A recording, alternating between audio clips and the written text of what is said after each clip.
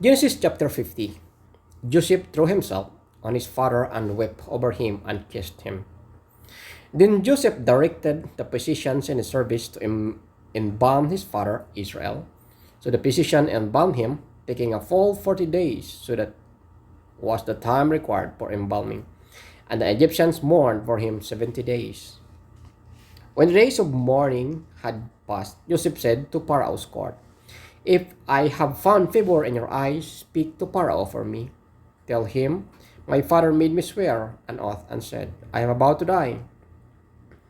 Bury me in the tomb I dug for myself in the land of Canaan. Now let me go up and bury my father, then I will return." Pharaoh said, "Go up and bury your father, as he made you swear to do." So Joseph went up to bury his father.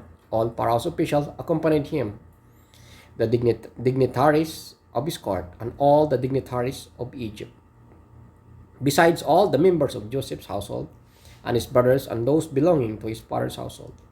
Only their children and their flocks and herds were left in Goshen. Chariots and horsemen also went up with him. It was a very large company. When they reached the threshing floor of Atad near the Jordan, they lamented loudly and bitterly. And there Joseph observed a 7-day period of mourning for his father. When the Canaanites who lived there saw the mourning and the threshing floor of Atad, they said, "The Egyptians are holding a solemn ceremony of mourning."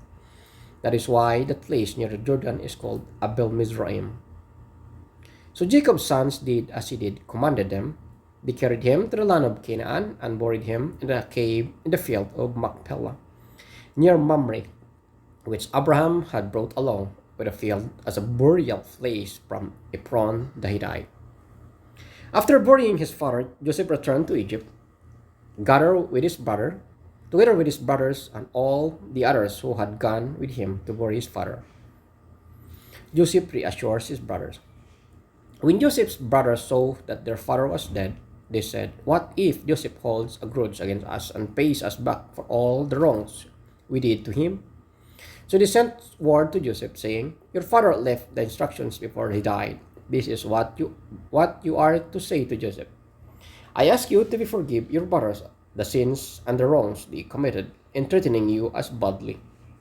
Now, please forgive the sins of the servants of the God of your father." When their message came to him, Joseph wept. His brothers then came and threw themselves down before him. "We are your slaves," they said. But Joseph said to them, "Don't be afraid. Am I in the place of God? You intended to harm me, but God intended it for good to accomplish what is now being done, the saving of many lives. So then, don't be afraid. I will provide for you and your children." And he reassured them and spoke kindly to them. The death of Joseph. Joseph stayed in Egypt along with all his father's family. He lived 110 years, and so the third generation of Abraham's children. Also the children of Machir, son of Manasseh, were placed of birth on Joseph's knees. Then Joseph said to his brothers, "I am about to die, but God will surely come to your aid and take you up out of his land to the land he promised an oath to Abraham, Isaac, and Jacob." And Joseph made the Israelites swear an oath and said, "God will surely come to your aid, and then you must carry my bones up from this place." So Joseph died at the age of 110, and after they embalmed him, he was placed in a coffin in Egypt.